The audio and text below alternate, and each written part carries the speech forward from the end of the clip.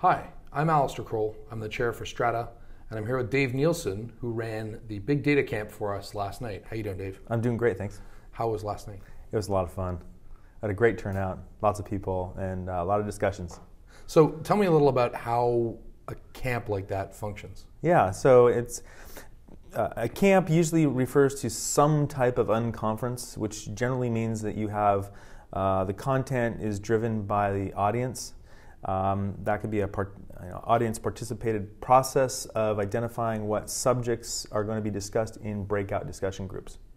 What kind of subjects did you cover?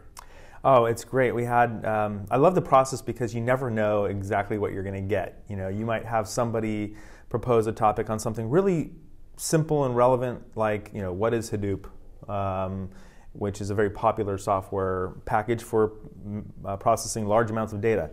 And other topics you might get are how do you use machine learning to create massive programs and solve big problems, you know, and so you really never know what you're going to get. So I stopped in and looked at the lightning talks yesterday, and the room was pretty packed. What kind of people were in the room? Who shows up for this kind of event?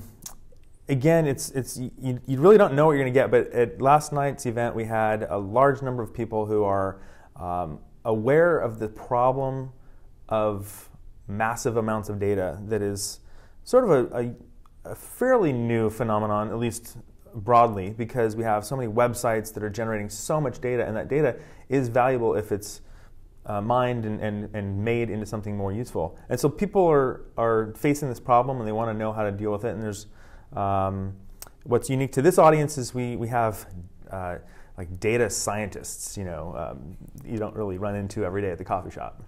And I know you've kind of honed the format for this over time with the voting and the lightning talks and the reverse panels and stuff like that.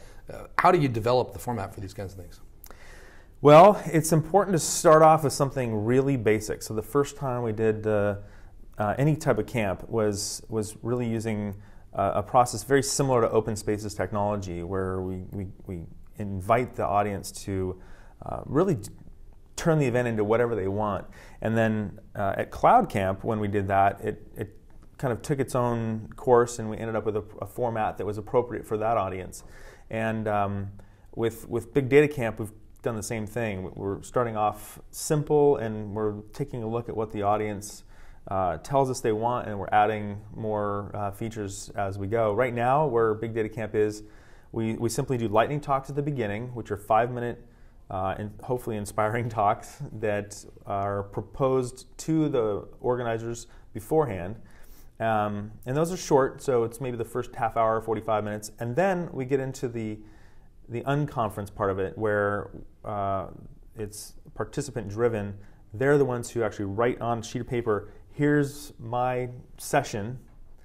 And it could be because they either understand the topic and they want to share, or they simply have questions and want to discuss with others.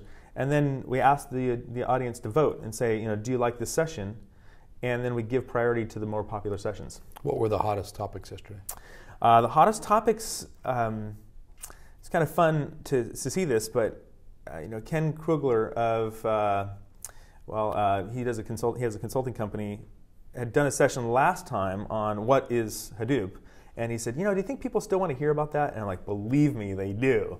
And so that was probably the most popular session. And then close on its heels, there was a session on HBase, which was really popular. And you know, there's a lot of different products out there, but that one seemed to get a lot of attention last night. Yeah. And I'm going to ask you a ringer question. What do you think big data is? Yeah. So what is big data? It's really large numbers. No, it's big data seems to be, again, related to this phenomenon of just aggregating massive amounts of data that people don't know how to deal with. And, you know, should you just throw it all away? No, because there's usually something really valuable in there. It's just really hard to find. Some people say that big data is the new oil. You know, it's deep underground, and you need to figure out how to get it up and make it useful. And that's kind of what's going on here. There's also this other element of big data, which seems to be the NoSQL movement, which is, look, I just need something that performs because I've got so much data and these queries are killing me. So, you know, let's unstructure it or make it really simple structures. But those seem to cover the general category. And then I'm sure I'm missing, leaving out, dozens of different categories, but that's the general concept. So let's say you do this next year. What do you think what are the hot topics going to be a year from now? A year from now, machine learning definitely seems to be a sort of an advanced or forward-thinking topic. We've had it at both BigDataCamp so far, and it's the conversation goes all over the place, but people are really intrigued by it. So I'm hoping that maybe a year from now we have a little bit more concise of understanding of it.